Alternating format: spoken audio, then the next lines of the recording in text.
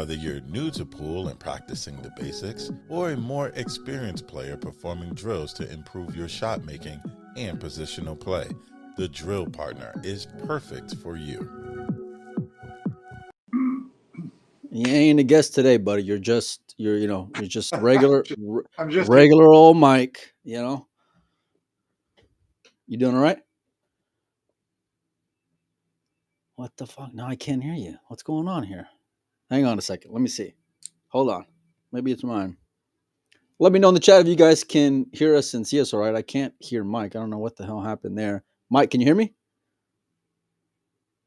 Check, check, test, test, 1, 2. My things look pretty good. Mike, refresh for me and then come back in and we'll see if that works. Let me know in the chat, like I said, if you guys can hear us and see us all right. Mike just dipped out, so I'm gonna turn on the chat here momentarily. US Open's down to the final 16, and we're gonna preview each and every single match that's coming up. So I'm pretty pumped about that. I'm not seeing anything in the chat. Hopefully everything's coming through all right. Just testing everything out, looking at all where I'm supposed to be looking at, and everything seems to be all right. Adam says, all good. Appreciate it, brother. Hopefully you're doing well.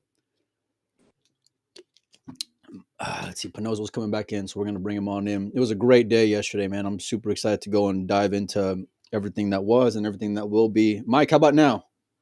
I can hear you now. All right, perfect. Now I can hear you too, buddy. Turn up, put it on airplane mode, Mike. You're acting like it's your first rodeo. How are you, buddy? Oh, the internet here is absolutely god awful to start with. Are you at Harris? Yeah. Okay. Adam says Filler's his pick now. Mike, who are your picks now? Because all yours have already done. You're already gone. I think all your horses. No? Okay. Yeah. Well, way to go out on a limb. Yeah, you had the guy who won the most recent major. I forgot. Excuse me. I had Bernie. I went out on a limb and they jumped. Yeah. Well, that's fair, but it's tough sledding. U.S. Open's as deep as ever, and it's been an exciting tournament. It's been a fun mix of stories kind of falling by the wayside, other guys kind of coming to the surface, and sticking their heads out of the water, young and old. Different characters, doing different things, and so it's been really pretty fun. I don't know why it just seems different than other events. I mean, we've had other events where all of a sudden Alexa's in the Final Four, people like that, but but this just seems different for some reason. I don't know. It just seems more surprising. There's more new faces. Michael Bannon, that his match against Jesus last night was incredible. I think he was down 9-5 and came back and won that. And he played really solid closing those last couple racks. He was really pretty impressive.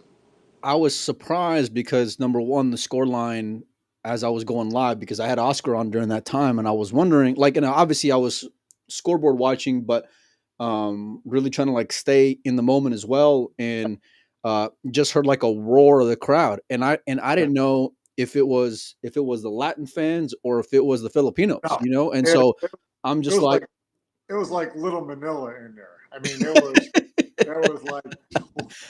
were like 20, 25, every Filipino in the arena was clumped over on one side of the table.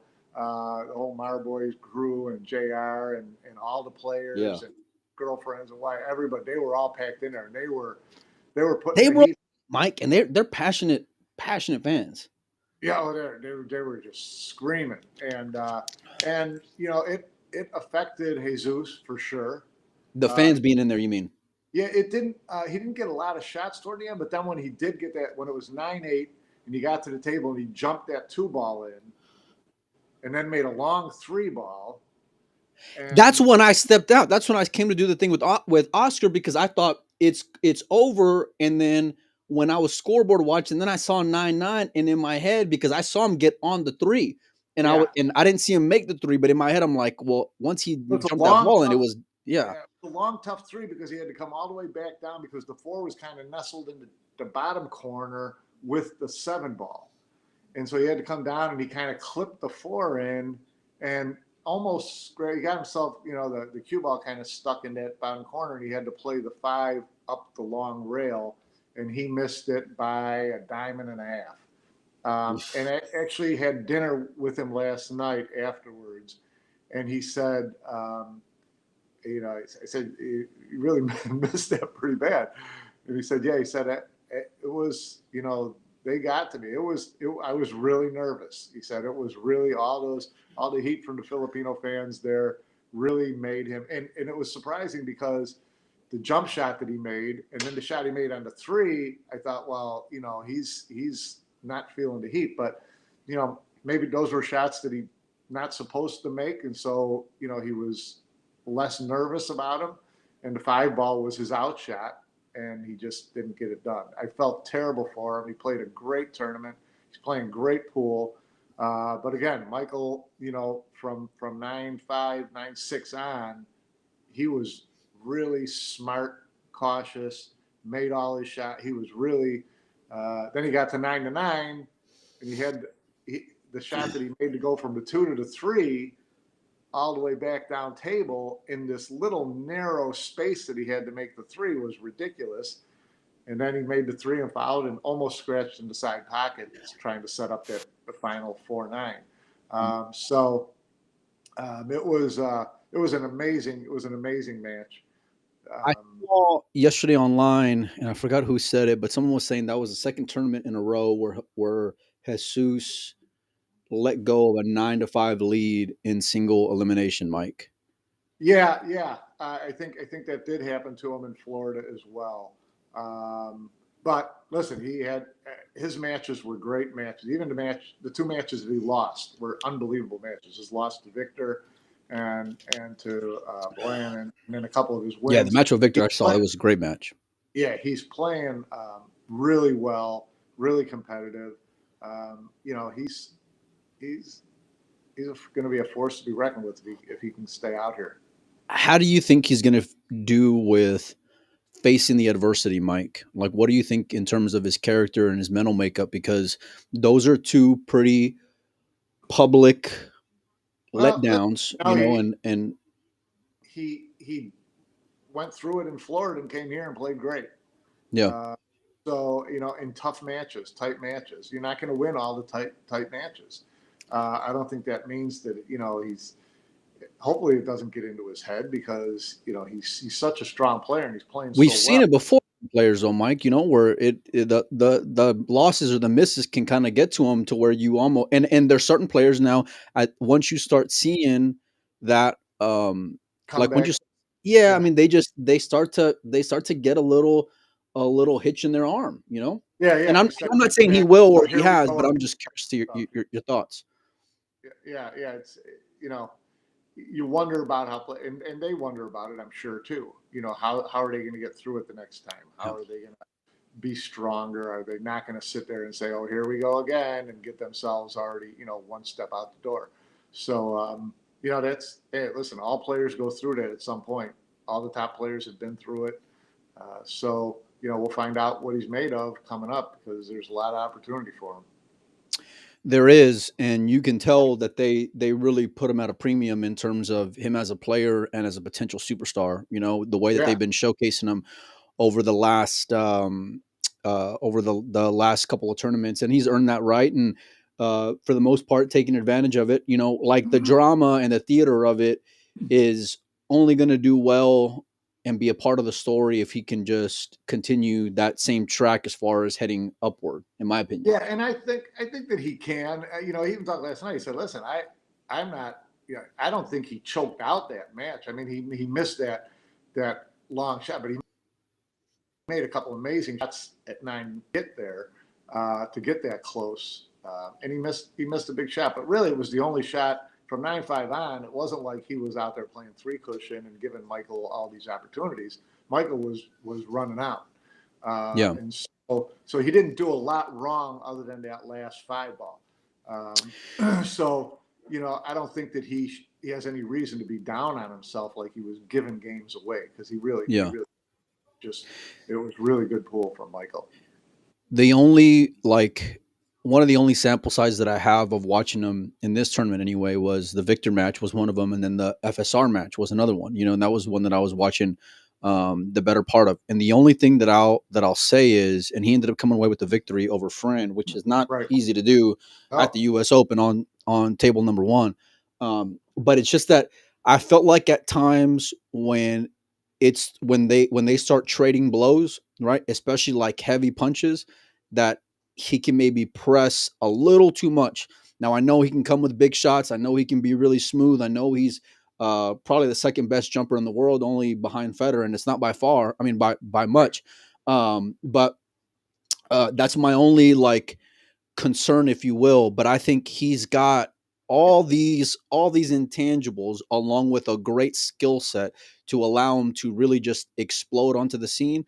And I hope that he can start having signature wins or continue to have signature wins under his belt, and get a quarterfinals, get a semifinal, start doing like what Fran did all those years ago, where like you're consistently in the 16-8-4 range before you just kick that door wide open. yeah.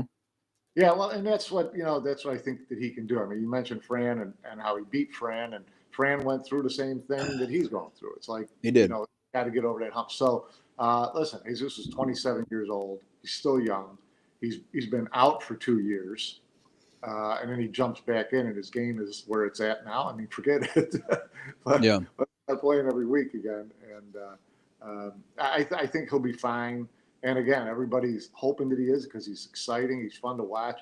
He's a very marketable, sharp kid, good personality. He's never, off the rails on anything.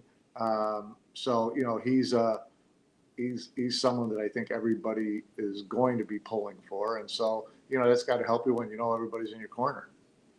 Yeah, I mean, listen, being someone that people root for is certainly going to give you that like 12th man on the field, and Yeah, so right. or that sixth man, like they say in the NBA, and so I'm going to be keeping an eye on it as you will. Who are some other names that left yesterday, Mike, that you not want that you just had your eye on, or maybe had higher hopes for, or maybe a little bit Uh, of cause for concern for some?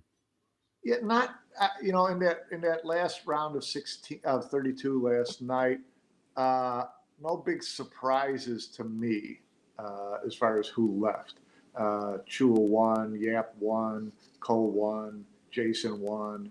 So it was kind of chalk last night for the most part.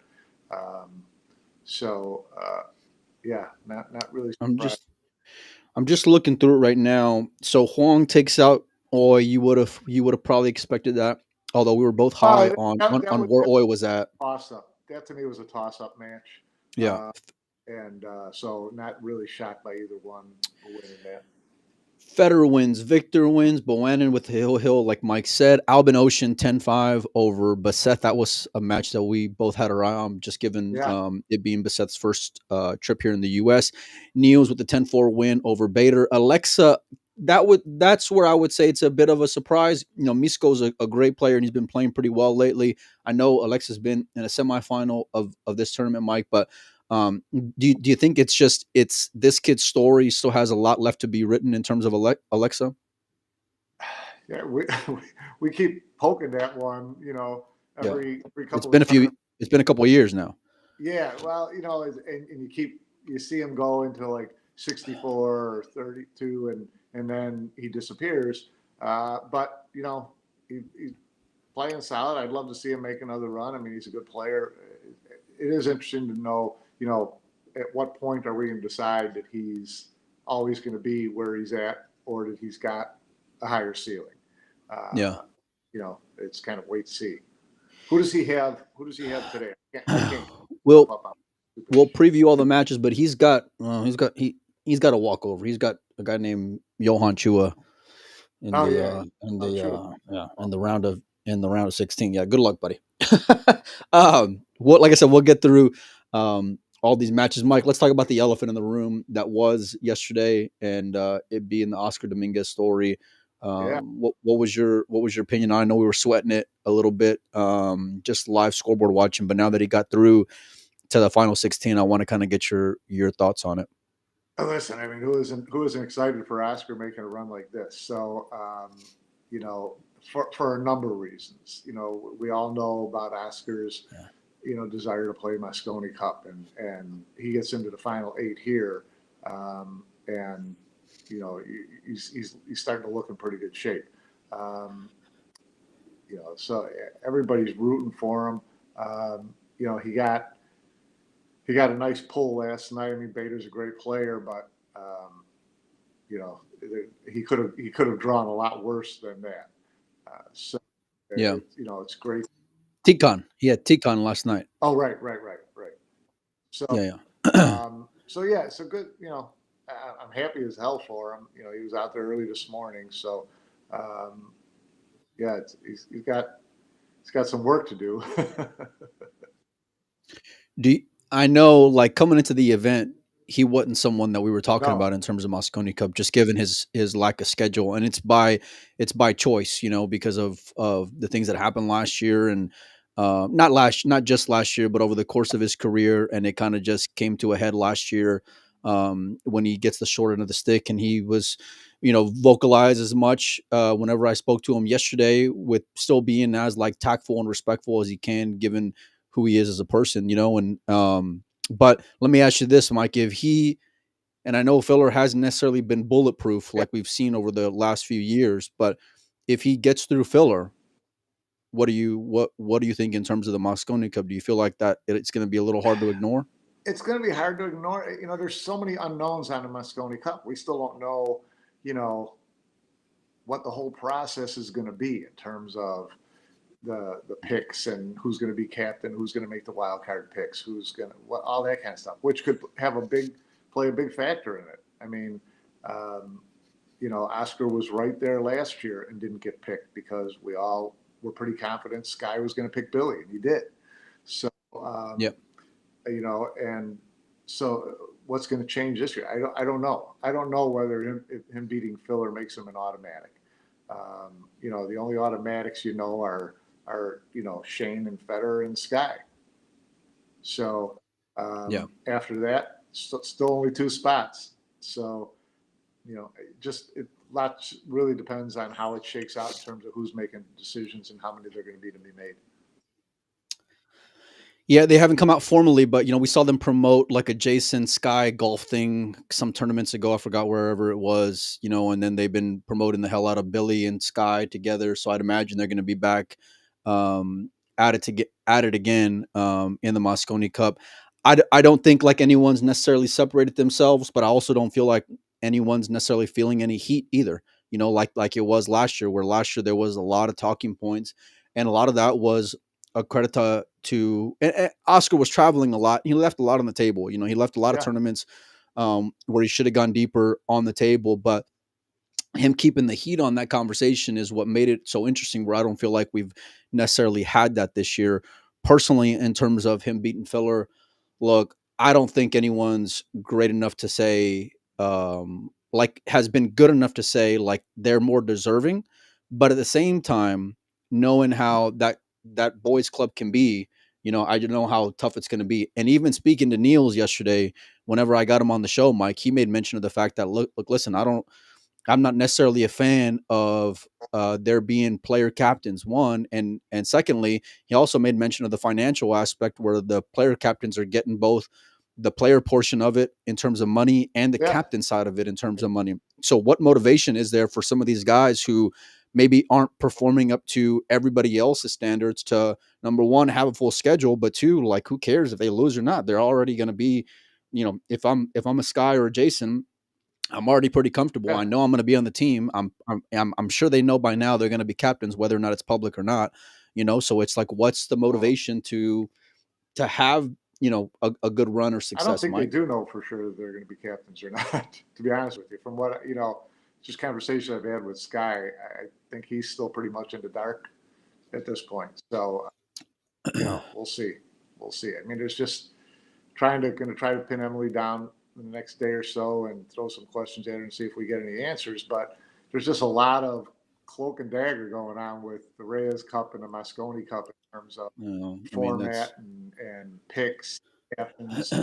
And I've heard people say, well, in the end, I think it's just going to be a hand-picked team for Reyes Cup, things like that. I mean, who knows? Who knows? Yeah. Well, I mean, they said it would be when they made When they the made the announcement. They announcement, said it would be that three offer top three on the rankings. rankings, right? Yeah. You know, Yeah. And I hope they do because, like, listen, you really pull the wool out of under the rug of every single player if you just go off of, your own choice. And I'm fine if you do that as long as you set the expectation because then that determines what I'm spending every month and what I'm spending every year when it's already like a struggle enough as it is to stay in the green for a number of players, even top players, well, Mike, I mean, we talked about this a little bit before too. I mean, I think they want to keep it a little bit unknown and keep people chasing points because tuning. because Yeah. they got a couple tournaments coming up that have some conflicts with other tournaments. So if you want players to play in Hanoi, you keep that carrot in front of them. If you want players to play in the Philippines, keep that carrot in front of them. So there's all It's a dangerous game to good. play, and I I mean, understand you why lose why a lot of they're respect, playing it though. in a lot of players' eyes if it looks like there's funny business. So and perception's reality, whether So yeah, it's going to be interesting. Yeah, I mean, look, you can spin it however you want, depending on who's asking the questions, and I I agree with you though. Perception is reality, and it's kind of in that same conversation of where there's smoke, there's Yeah, fire, and listen, these are the biggest events of the year, and I get it.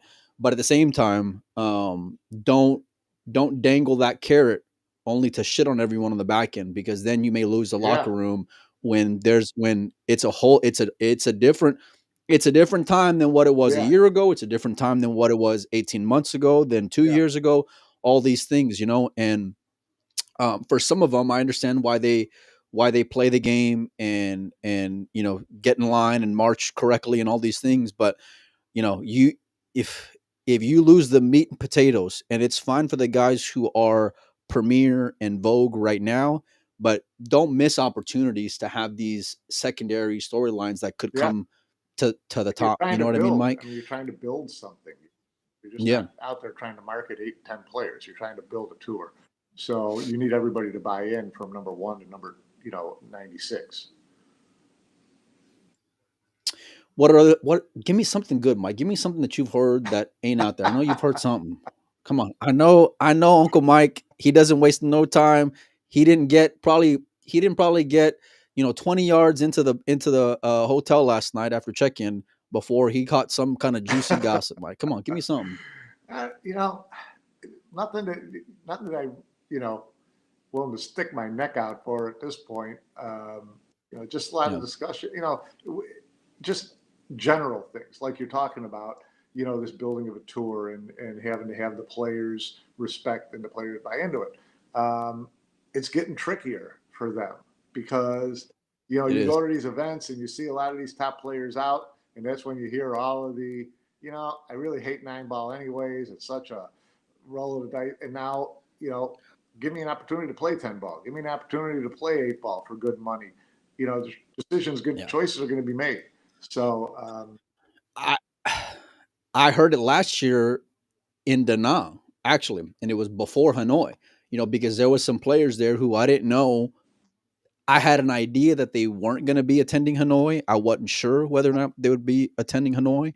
And then I had some really candid conversations with some of these guys. And that's where it gets tricky, is because as as the top players start, like, I don't want to say talent, but as their abilities start to dwindle a little bit, and then these events become less competitive, then it's like you have to have other stories, like I said, come here, right? And other players kind of make their own yeah, name for themselves, changing to the guards, if you will. So it's very hard to play and to keep a gauge on that without, like you said, losing the locker room or losing those potential other stories. You know what I mean? Where they're just like, the hell with playing with this circus because I'm just gonna go somewhere else. And there is such a full calendar and so many things yeah, going on all over the world where now they have more opportunity. right, right. Yeah, it's gonna be. So it's, well, I hope you get some good answers. I'm not going to hold my Yeah, breath me. any, just given the way that this year has gone. And to be honest with you, I kind of like we've had Emily on a few times, and I kind of just, the hell with even trying to get her on, because it's, number one, it's tough to do, and secondly, even whenever we do, it's just, I feel like kind of just tiptoes Yeah. around answering questions and things like that at this point. And look, you can get fans excited and still have great news and um great things to watch out for without being so close to the vest, in my opinion, anyway. So, anyhow, Mike, you ready to dive into the final Yeah, 16? but Go through it. All right, I'm going to bring up some of these matches, and we're going to start off right at the no, top. you went Matches off kick on me. off. Did I? Well, just know that we can see you. Know that I can see you. We're going through the bracket, Mike. We're starting at the very top. Uh-oh, we might have lost Uncle Mike altogether. Let me see. He dipped out. All right, we're going to go through match by match, starting with Federer and Victor. As soon as Uncle Mike comes back on here, let me see where he's at. I'm going to turn this off once again. Let me know what matches you guys are looking forward to. Sean says the schedule for next year's Moscone Cup should be out by now. Look, it's interesting because Predator already released their schedule for next year, at least in terms of the Pro Billiard Series, and I'm sure there'll be more added to it. But players are going to want to know this. Mike, can you hear me? Yeah. As soon as you threw out that graphic, you went silent on me. Well, I'm going to try this again. Let's see. I'm going to bring it up again. Hopefully I don't lose you. Let me see. Nope. How about now? You No, gone? I'm here. Okay, you're here. All right. Let's start with the top, Mike. The hopes of the Americans, Federer Gorst against Victor Zielinski. That's going to be on TV table, Mike. Who do you think and who do you got? Do you think Victor can pull the upset? Man, this is a match where I like both players so much. It's kind of a tough one. Yeah. Yeah, I'd be lying if I didn't say I'm really pulling for Victor to get to a Final Four. I just, again, I like the kid. I like what he's doing, sticking his chin out there and really, doing things the way he wants to do it, and not being beholden to his federation and things like that. And he's getting shit.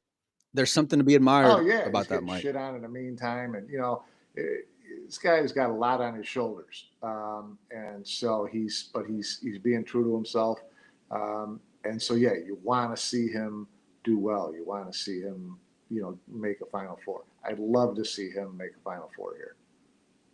Can he? Okay. I don't know. Better's There you go. been on Yeah. absolute cruise control this week. Just it's a lot of it's just going to depend on how the balls roll after you break. I don't think it's going to necessarily depend on that. I think that'll play a factor into it, but a lot of it's going to be, listen, Victor, it's time to step up to the plate, big boy. If you want to be a big boy, here's your chance to go and take the bull by the horns. Yeah, it is. But and Federer can roll out, 5 on you while you never got out of your chair. So there's not a lot.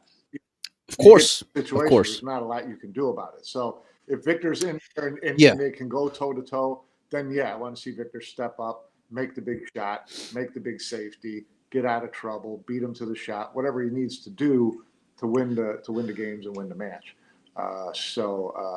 We'll see. He's I talked to him a little bit last night. He's excited for the opportunity. I mean, he really puts a lot of pressure on himself because he's kind of by himself. he does. And He does. Yeah. He's so look. I love that lone wolf kind of attitude, and I love being your own man and standing. For the most part on your own, especially all things considered. You know what I mean? I know you still got friends that are, Polish players and et cetera, but and still friends within the locker room. But it's like the way he's gone about it, he's really stuck his neck out on the line and put his money where his mouth is on himself. And his story has only been like partially told as far as all the shit that he's had to fade. And for a lot of that time, he was of that group of players who was just scared to open their mouth because of the backlash and the repercussions that he'd get from his federation.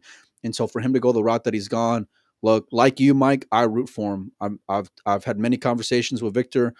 I admire his game. I think his ceiling is extremely high. Now he hasn't lived up to it, by what I thought that he would be by now. But this is where there's certain moments where players just take the next step, Yeah. Oh, and this this is one of those chances here's your for here's your Victor. chance Yeah, now to I have a mean, signature win you- in a big event. Do it right now. we Yeah, it'll be there's opportunity for these young Europeans, Mike, and he is at the top of that second tier, in my opinion. But you're never gonna level up unless you start having signature wins and big moments, because you're never gonna be respected at the level of the Jasons and Davids and Frans of the world, Kachi, all these guys, because they're world champions. Europeans are so deep and they're decorated, but it's because of their hardware, their trophies, their accomplishments. You know what I mean? And you don't rank Jason because of what he did, you know, at the US Open last year. You know what I mean? You rank him because of his December resume, but he gets there by winning a US Open. He gets there by winning a major, and I know it was years ago, but um, it's like that's what you have to do if you're Victor. It doesn't get any bigger of a scalp to take down than Federer. And I know Carlo's the reigning world champion, but Federer's the defending champion of this event, Mike. Federer's been extremely consistent over the course of the last 2+ years, yeah. and so if you beat him on TV table, especially if you're Victor, there's been a lot of question marks in terms of how you can handle the big match, how you can handle pressure, and it doesn't get any more pressure than the U.S. Open against Federer on TV table in single elimination, right? Like you banked on yourself this entire time. Well, it's time to go and get a home run right here, Yeah. right now, And so, do I think like you? Do I think he'll do it? It's going to be tough. It's going to be tough. I'm I'm I'm picking Federer. My heart hopes for Victor. I'm picking Federer because of just seeing the suffocation that I've seen from him over the last 2+ days, no, Mike. yeah. Because he's He and Yap have and been just yeah, like the best. yes, Hands yeah. down. And it's kind of a funny mix, and we're going to get some of the other players here in a minute. But there's certain players who just can go wire to wire, which rarely happens, by the way. And then there's other players who, they're great, but they get away with a win here when they shouldn't have. They get away Yeah. with a win there, and there's certain players left who have done that. And it's just like, okay, now what can you do when it's really time to shine? So, I'm picking Federer in that matchup, but again, I'm rooting for Victor. Federer's already locked for Moscone Cup. I'd love to see Victor turn everyone and put I have to everyone go on down there and notice ask with what a happens if Victor does well. I mean, who does he play for? Listen, like I mentioned today, jokingly, we'll gladly take Victor on Team USA. Okay. I will be the one yelling at the top of the mountain. We will take Victor on Team USA, Mike. So we will welcome him. We will hug him. We will say cheer for him. Yeah, well, there you go. Huang against Michael Bannon, both Really stories, both interesting big markets. match Mike, here. yeah, who do you got? I liked Huang in this. Michael's played really solid. He's a really good player.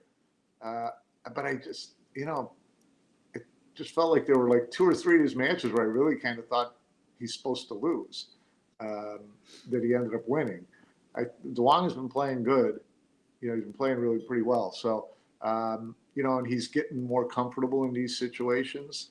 So, Yeah. I picked Huang in this one.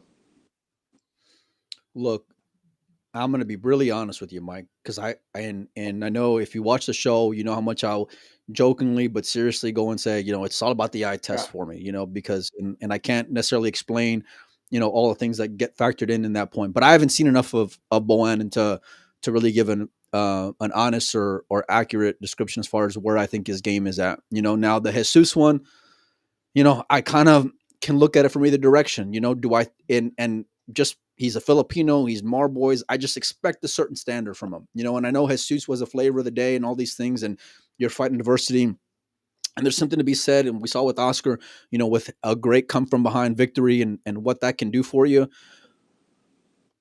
The Filipino aspect and the fact that I've seen Huang rattle a little bit. I've seen him lose matches where in my head I think the way he plays, he's not supposed to lose this match. And this is kind of what it feels like to me right now, where I just feel like this is the time of the tournament where I've seen Huang disappear, against listen, if you're just going off of like the Asian team standard, like from a lesser player, and it's no disrespect to Michael, it's just in terms of what they've accomplished in their respective careers, Well, I'm Huang's going picking. to feel the heat from the Filipino contingent, that's for sure.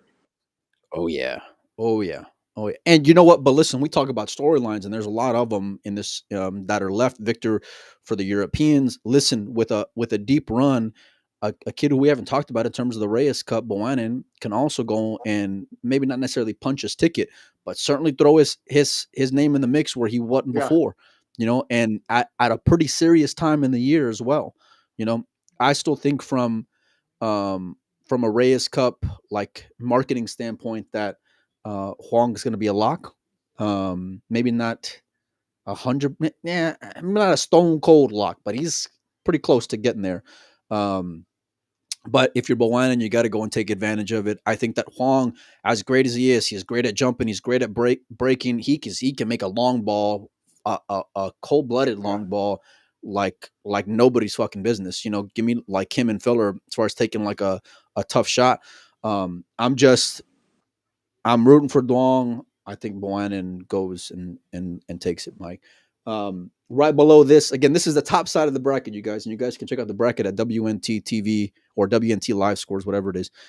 Albin Ouschan, a Moscone Cup staple, a pillar of the Moscone Cup, basically ostracized from the locker room, if you will, over the last year, against Niels Feijen, a guy with in my opinion, a chip on his shoulder, a lot left to prove, a lot left in the tank. I don't know if anybody's won more MVPs than Niels. Yes, I know, but it's so interesting because, like, if you look at the last, 12 years, it's like these guys have been in the mix pretty consistently, Mike. Yeah, this is a great old school matchup right here. God, I feel old when you say old school like that. Who do you think wins this match, Mike? I'm having a real hard time with it, to be honest with you. Yeah. Do you? He's playing solid, and he's, I don't know. I like the way he looks right now. I was watching the Thorsten match and seeing him against Chua, and Thorsten had a chance to win that match, against Johan, and he dogged it. His arm got a hitch in it, and the moment swallowed him up. And don't get me wrong, he had some great rack wins, but he didn't have a good match closeout, and especially in that one. He left that one on the table, and it was huge. And the reason why I bring it up is because they're both of like similar ages. You know what I mean? And I think about them kind of similarly in terms of their career. I know Niels is far more decorated, but look, the Niels that I saw yesterday, I forgot who was playing. I think it was a Polish guy, but Fortunski maybe or anyway, Niels, like you said, was really solid, Mike. And I mean, really, really solid. The last time I saw Albin, he was getting beat by Seo on TV table of whatever the World Championship. Okay, so I haven't seen a lot of them, but it's by design, right? Because he Matchroom played really solid last night against Pecelj. He was in control of that whole match. Yeah. Well, this is where like I love being there at a tournament because like I want to see. Listen, I know who the fuck Albin Ouschan is. I know who Niels Feijen is. Right. I know their resume. I know what they've accomplished. I know how tough that they can be. I know how they've kind of disappeared a little bit over the last couple of years by their standard of their career. But I know what they got like in here. You know what I mean? And so. But like watching how you currently play is very valuable to me. And so like, I don't know. I don't know. Flip a coin. I honestly can't make a pick because the Niels I saw yesterday, like you said, was really a monster. Beating a guy like Bassett who had momentum, who we've been hearing he's this great, amazing Filipino player. You know what I mean? And Albin beating him with that score line, and you saying that he had complete control of that match from beginning to end. Like that's the Albin that I've known for so many years, and I've admired and respected and looked up to for so many years. It changes from tournament to tournament. You've been there, you've watched these guys. He really, can be a little tilty yeah, sometimes. He can be a little passionate sometimes, and I can appreciate that about him, and because I think he doesn't do it like Earl-esque. He does it, you know, to yeah, himself. You yeah, know what I mean? Like he beats up on himself. But I don't know where to go. I think either way.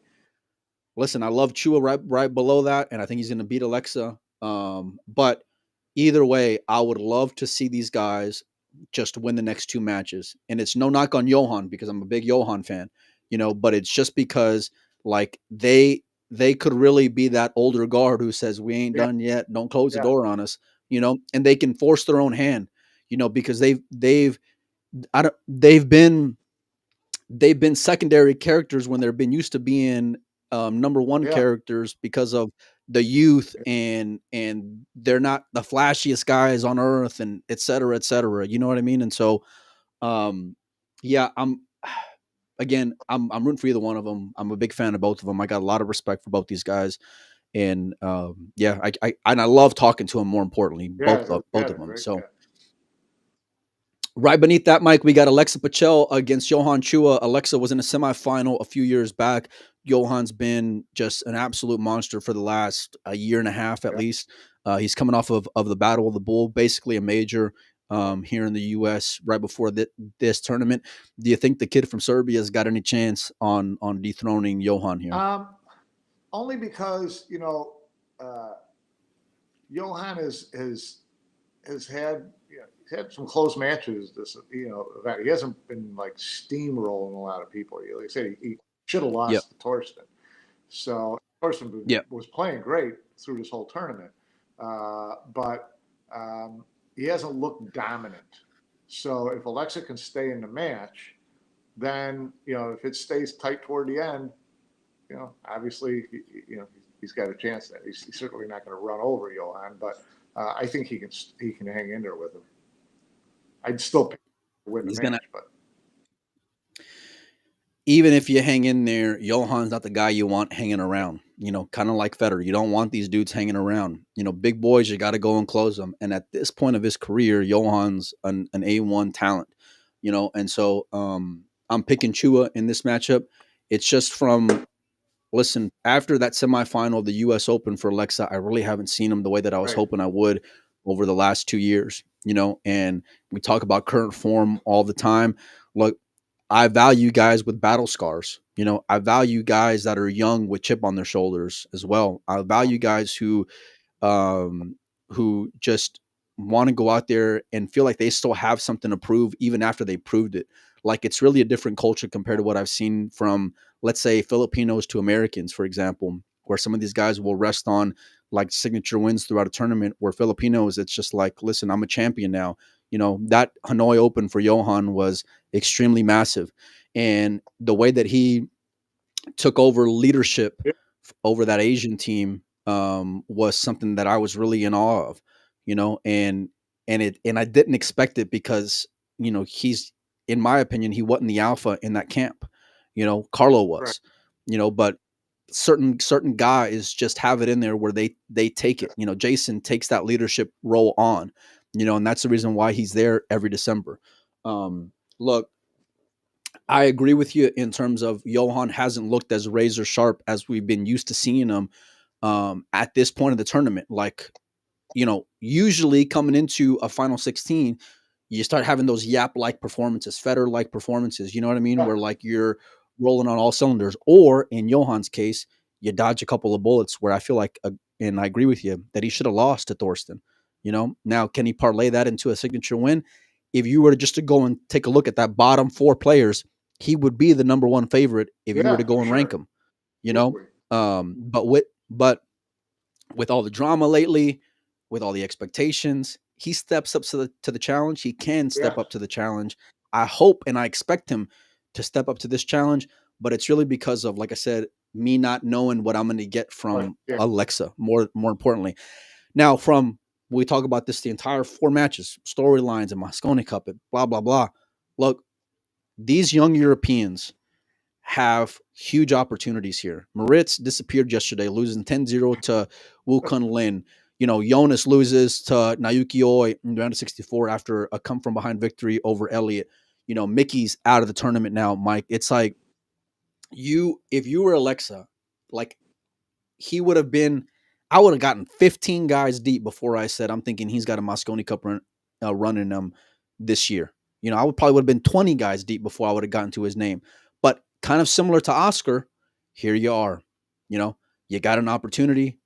You better go and take advantage of it. And if he can get a win over Johan and an Albin and find himself in a Final Four of a U.S. Open, then everything's up to him. The ball's in his court completely. He's got to get to the semis to be in the conversation. For sure, he's got to be in the semis. Let me see if I can adjust here without it.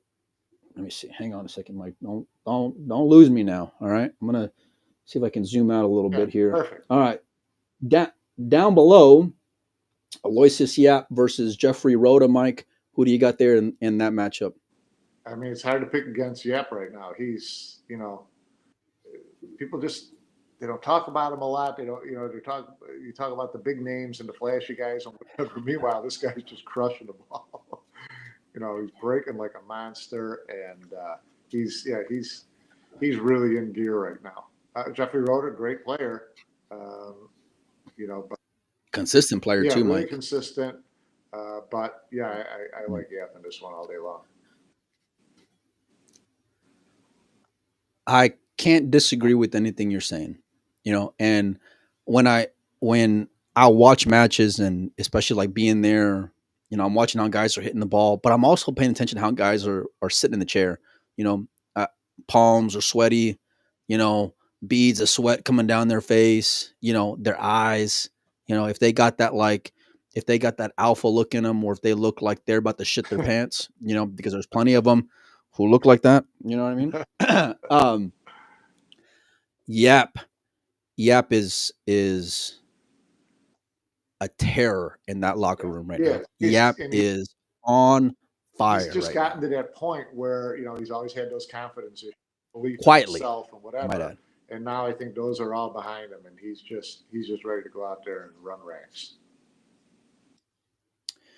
Look, Jenny Ann says shriveled up balls. Yeah, basically, Jenny Ann. Yeah, that's exactly what it is. Where they just shrink up on you.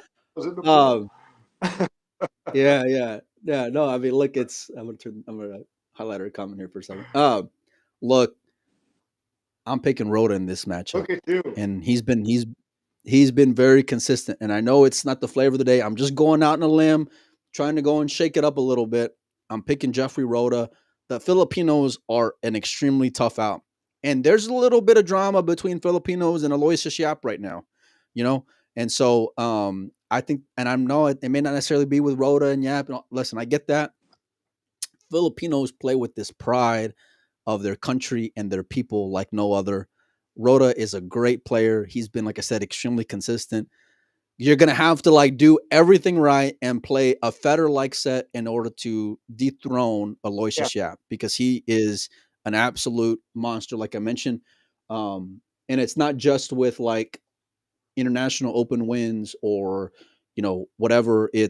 He's been wire to wire so good for so many years, and I don't feel like the conditions don't matter to him, because he's been on premier tables for quite some time, where I feel like, and if you're going to go and value that, you definitely would give the nod to Yap over Roda in that category but do I think that Roda's got that ability? I certainly do.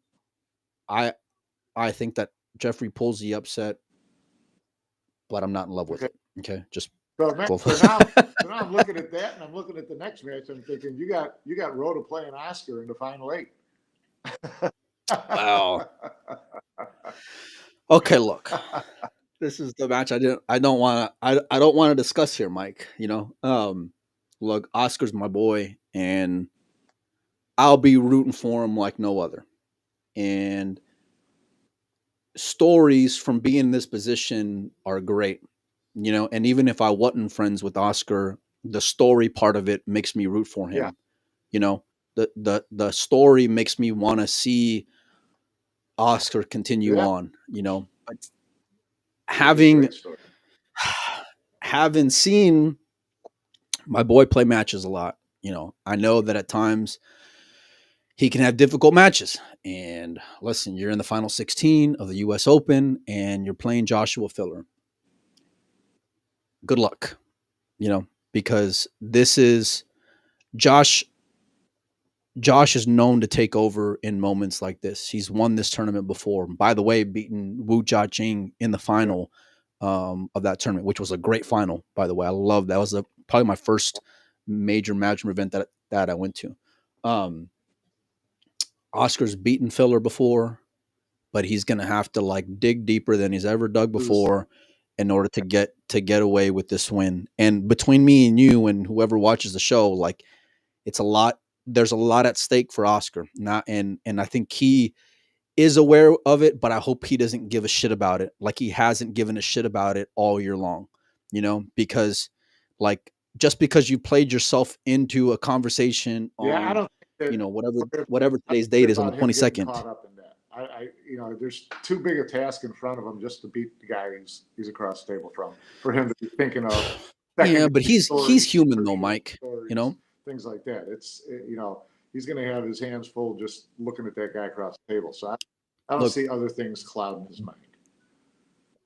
Josh has not looked bulletproof. No. Like I mentioned with pretty good last night against Emil, but he closed out Yulong Cheng. Yeah. That matchup was that the end of that matchup was really solid, and that part of it can be really scary because we talk about guys when they get opportunities and how they take over, and going into the US Open, we talked about how we haven't necessarily seen that from Josh over the last couple of months, not by Josh Filler standards anyway, but that match with Yulong Cheng at the last 5 games of that match, that's the Josh that I've come to know and love.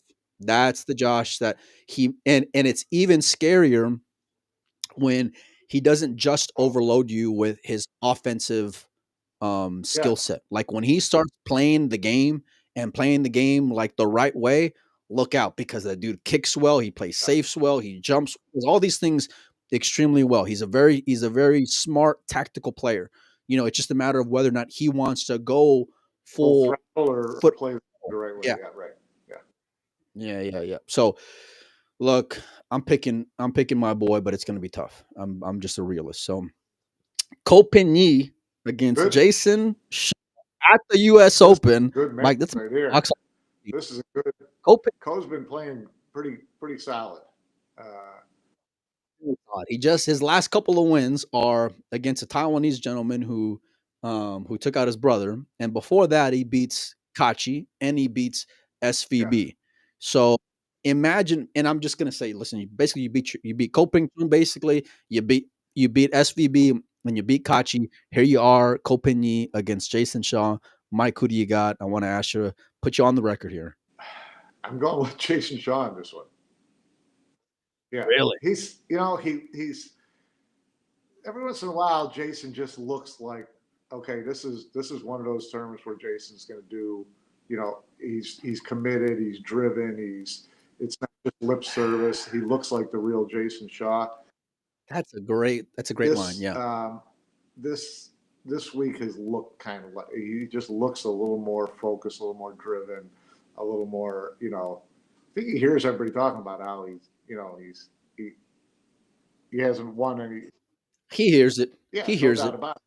Jason hears it. Whether he acknowledges it or not is different, but he hears it. So, he just has a different look about it. I saw him this morning, on the treadmill, or on the stair machine. He was sweating away, grinding away, and he just looked dialed in, focused. He was getting his mind squared away for the day. Can Ko win? Obviously, I mean, Ko can beat anybody anytime.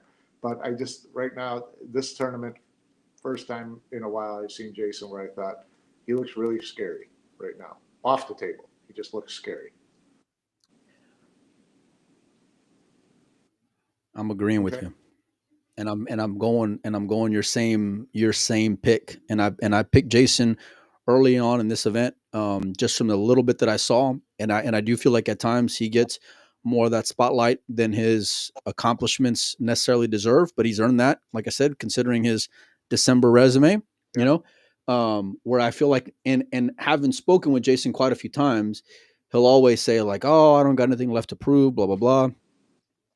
It feels like he does, like you said, feels like he's got, something to go and he's got a point to make, and I mentioned like who I was talking about earlier in terms of like big players who they get away with Yeah. one, and then you better look out and see how the rest of the tournament goes. That was Jason yesterday with Max for me, because I thought Max shit the bed to close out Jason because he had opportunities and he missed some balls I was not expecting him to go and miss.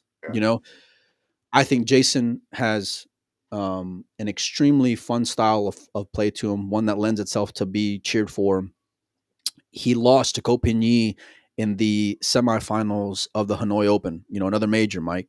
And so, and Jason, and they've got a lot of history. Jason's lost in the China Open to Copigny before as well. But like, it just means that Jason has been good enough to get in that position. I haven't seen him be like the 2015 Copigny that, I've seen all those years ago. Now I know he's had some good wins in this tournament, but just from what I've seen of Jason, and it's listen, you beat Kachi, you beat Shane. It's like you would say, hey, you're at the top of the list, right? And when it comes to like a difficulty of a tournament bracket, like I don't think anyone's had it as difficult over the last 2 days as Copigny has. But for Jason, I think it's his time. I think he gets in a semifinal of the U.S. Open, which I think will be great for a number of different things, whether it's Moscone Cup talk, whether it's Jason Shaw by himself talk, whether it's, Matchroom talk and getting viewers and eyes on it. Like someone said in the chat, fans are rooting for Jason. That's his part of the country. Like he's got a big fan base in the Northeast, and so that part of it I feel like won't, and the energy, and Jason thrives off of atmosphere and crowds and cheers and all those things. You're going to get that today, especially playing Copigny on TV table, Mike. You're going to get a vibe in the room. I like Jason in that match. Right below it, Mike, we wu Kunlin against Dennis Grabe. Dennis has been really under the radar and really coming away with some solid wins in this tournament, Mike. He has been. It's good to see. I mean, he's a good, solid player. We've watched him for years get to those kind of marquee matches and then jump off the bridge. But recently, he's this year he's had some good efforts. He defeated the reigning world champion in Carlo Beato in convincing fashion, which I value a lot. A win like that and I'm not even going to say for a guy like Dennis. I'm going to say that for like anybody on tour. You win a match like that. That's something you can go and hang your hat on and build momentum off of.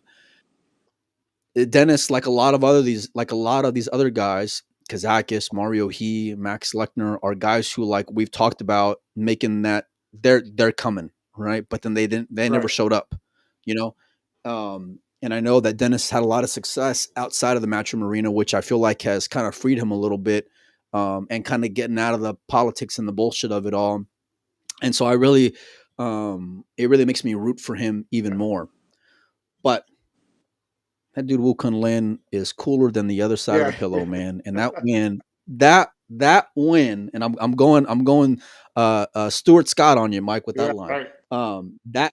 That win against Moritz 10-0, and we talked about it the other day. I would love to speak with him to know like what all's been going on lately with him, and because he was there in Indonesia, like we mentioned before. He was in that final as well. This is a matchup where, to me, on paper, you're supposed to win. But then again, I thought Carlo was supposed to win that matchup as well. So he's going to have his hands full with Dennis. But I picked him early on. I'm going to stick with it. I'm not in love with it because I'm having a lot of respect right now for Dennis Grabe. But from a storyline standpoint, I want to see wu Kunlin move on. And he certainly has the game to go and do it. We've seen flashes where he can just be indifferent out there and just cut through a tournament. So Mike, who's your pick to get into the final four? Give me your final four players and we'll start up top, buddy. Final four. I'm going to go. Let's go. They're already going to start here in a minute, I think. No. Four. Yeah, about 5 minutes. So we I'm got going to go Victor. Victor. Chua. Jason. You're going Victor Chua up top. Look at you, Mike, going out on a limb here. Okay, I don't know who you are. Chua, oh, you know, how about this? I'm going to give you. Victor Chua, Yap, and Jason. Because I was going to give you like the head and the heart out, you know, to give you like half the field. That's what I was trying to tee it up for you. But kudos to you for going out on a limb there, buddy. Look, that Victor pick is solid, Mike. Look, I love the kid. I just ain't seen it, you know, and I hope I do see it, but I just haven't seen it. You know, I've seen consistently just good enough to be in this position, which a lot of players cannot do, you know. But when you get in this position, I haven't seen that next step. And there's been a lot of guys that are like that on the Matchroom stage. Moscone comes to mind as well. Disagree with you, and you lose a lot of money trying to guess which day they get to that point. Lord, you know, you're always going to be better off betting, you know, the consistency rather than the new finish. But I say it's going to be here.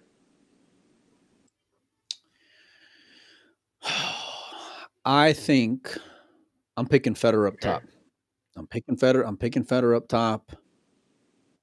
I don't like picking number ones though, Mike, but I'm picking Federer up top, and then I'm also going to pick. Jesus Christ, I want to go with Albin or Niels, but I just can't do it because I don't even know who to pick in that matchup, let alone if they were to play Chua. I'm going chalk, which I don't like doing, but I'm going. I am, yeah. And I don't like, you know me, I don't like doing that at all. Yeah, I know, right? Yawn. And you know what's funny is that every time that they're supposed to win in these spots, it just goes haywire. So it may end up being like Alexa and Victor, you know, out there. Who the hell knows? But I'm picking Johan Chua. We've gotten burned picking chalk before. Many times. All right, so down below you have, who did you say? You had Yap and Jason coming through? Yep.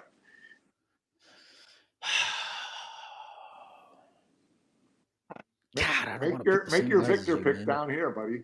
Go ahead and do it. What do you mean? Ask make. No, I don't. You listen. There's a. It's funny because I was talking with the. Yep. No problem. Let me tell you something. If he goes through Josh and Yap, if he's not on the Moscone Cup after a Filler and Yap win, you know, I don't want, and I've already said it, so it's already out there. But like, man, I swear, if you don't get on the Moscone Cup after that, got to win the matches. Then we'll talk. Yeah, you got to win the matches. Look, I'm taking off like the friendship lens here, Mike, and I'm picking Filler. I think he's gonna get his ass into his Filler standard gear that I've been used to seeing, and I picked him at the beginning of the year to make a big run.